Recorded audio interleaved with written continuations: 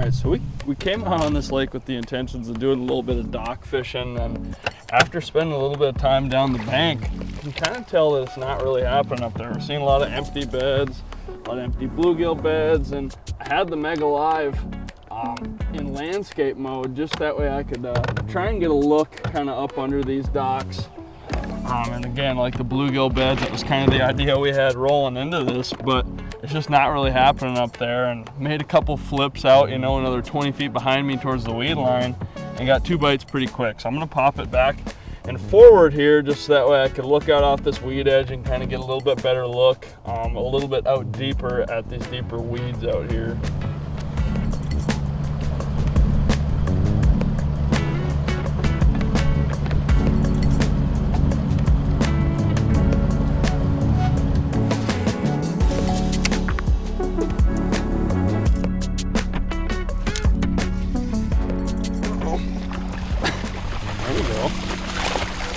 Solid one. They're built right in here. Whoa. Feisty. Those post-spawn fish are wanting to feed up. They get pretty mean when that water starts to get warm, and they're ready to get to eating. Boy, he wasn't coming off. He's got that thing. Pliers to this guy here. He had it. It's a good sign you're throwing the right bait there. Get him back. Kind of running down a little shallow weed line here. Like I had mentioned earlier, we came here with the intentions of dock fishing, just wasn't really happening. Just could kind of tell the shallows were dead. There was some empty bluegill beds, empty bass beds. It just wasn't happening up there. Made a couple flips out deeper off the edge of the boat and pretty quick caught one. And now we just kind of slid the boat out another 30, 40 feet. Kind of in that 4 to 6 foot, 8 foot range. These weeds are just starting to grow. Water temps are mid 60s. We have a cold front that came in, so I think a lot of these fish that were shallow are kind of pushed out. This lake definitely seems to be pretty far along, and it seems like a lot of these bass are hanging out in the grass here. So we're gonna keep tooling along, keep picking things apart and seeing what we can figure out, flipping around on some grass. So just graphed over a main lake point here, one of the few that are in this lake. Look and see what kind of vegetation we've got. Again, this place that we're on doesn't have a ton of contours, so really anything that you get, any irregularities, is really gonna suck a lot of fish around it.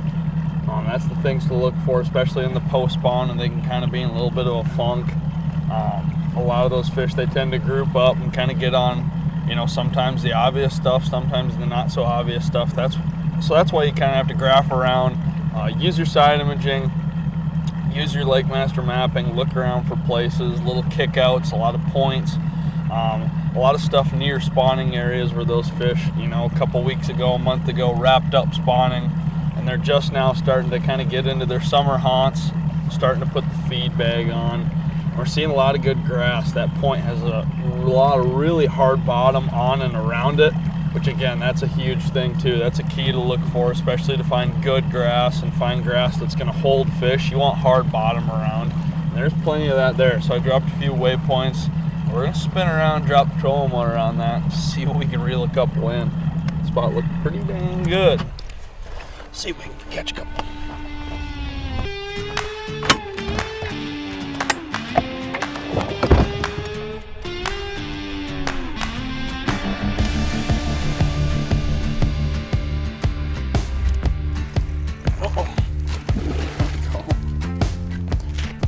Better one. Oh my gosh. Come on. There we go. Getting somewhere now. Big head on him. You can see he's kind of beat up.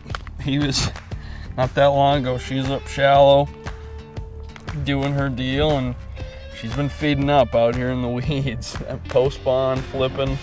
That's a super fun bite. We can get her back here.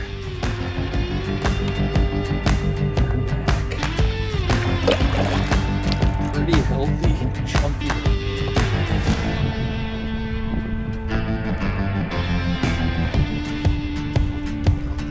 Another one.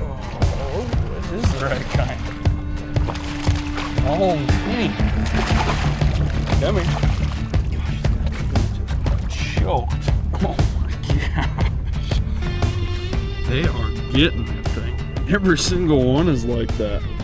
We just got it right in the beak. A little flipping hook and some fluorocarbon is a deadly combination.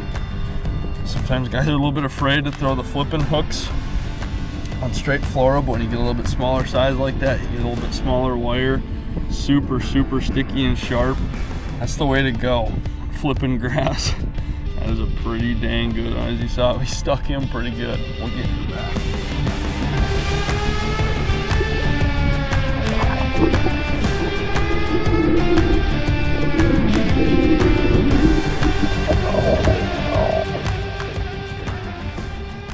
So one thing we've noticed here today, drop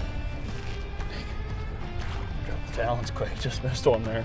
One thing I noticed today, that's a prime example. Every single one of my bites has come on my initial flip in there. And these fish are pretty eager to show themselves once you put your bait in front of them. Every single one today I've thrown in, picked up, and he's already swimming off with it.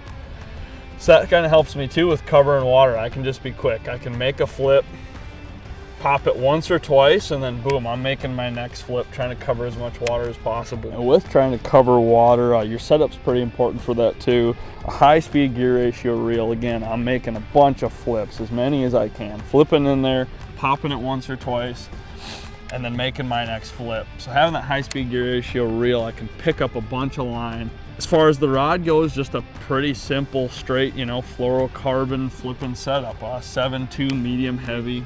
A rod that's got a little bit of backbone, but a little bit of tip. Really helps with feeling out those bites, flipping that bait around. That's just kind of, that good multi-purpose rod is just kind of perfect for this application. As far as line goes, just 17-pound fluorocarbon. I don't like using super thick fluorocarbon. You just don't get a great feel of the bait. You don't get a lot of feel of what's going on. And too light, obviously flipping around grass and stuff, you could run into some issues there. So 17 is kind of that perfect middle ground where I can yank on them. If the weeds were a little bit thicker, and not, 2 weeks, a month from now, I'd definitely go probably to a braid to a fluorocarbon leader. Personally, flipping like this, that's what I like when the grass is thick. But when the grass is a little bit thinner, I just think you get more bites. And as far as the bait goes, just a little creature flipping bait. And I'm keeping the colors pretty simple, just a green pumpkin. Obviously, that's something you just can't go wrong with. One thing that can be kind of important when targeting, shallower weed lines, shallower weed clumps, is boat positioning. It can be easy to just kind of get in a straight line, just go, and sometimes that's the deal when you get on a perfect line. But on this lake that we're on now, there's a lot of weird little clumps and stuff here and there. I can use Mega Live to get an idea where the weed lines are kind of heading, and I can pan up on top of the flat, see if there's a clump up there that I need to go hit, or just to keep myself on that straight line. Again, in a simple pan of the edge here, I can see there's my deeper water, there's my edge. If I notice that a lot of fish are on the edge, I can keep myself, look at my mapping and keep myself 20, 40 feet off the edge. And again, the 2D is super important too, because the name of the game with this is hard bottom. Hard bottom is where those good clumps are going to be. So I like having that 2D up right in front of you, so that way I can see, oh, I'm starting to get around some harder bottom. I can look at that return, see that I have that tight red return. I know that I'm over hard bottom. I have the 2D hooked up so it's coming straight from the foot of the trolling motor, so that way I know right here I'm over some hard bottom. Then if I really want to pick that apart, I can drop the talons and start flipping around. So it's really nice to have that 2D up as well. Obviously the Mega Live can't tell you everything, so you have to fish around and again look with your eyes at what you're looking at. But I can see a lot of those thicker clumps, and a lot of times that indicates different types of grass. In a lot of our northern lakes, when you see really thick clumps that don't really have much space in between them, that have a good bright return, a lot of times that's coontail, and that is a magnet for bass in a lot of lakes where coontail's present. And as well, you can also see a lot of what we're dealing with here and what we're catching them out of today is almost a sort of curly pond weed. And that's just something that's super important when fishing shallow grass like this, is understanding weed types and keeping an eye out for, what types of vegetation you're around. A lot of times this is very specific, and the bass want a very specific thing. It can always be different. As soon as you get a bite, if you see some grass come float up towards the surface, or you can see it with your eyes right below you, take note of what you're catching them on and then keep an eye out for it. A lot of times that's pretty patternable today, we've noticed. And you can see it on the LakeMaster map. As soon as we get around that coontail, you can see where we start to make laps and start to make circles. It can definitely help you get a lot more bites and lock into the program that you should be doing a lot quicker.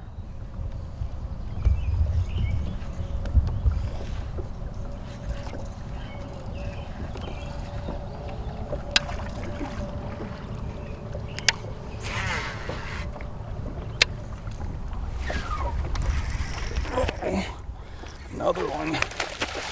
Nothing crazy, but boy, we are smashing them in the grass, just covering a bunch of water, trying to cover as much ground as possible, keeping an eye on the vegetation. Again, using the electronics, using my eyes to scope out those good grass clumps, good grass areas.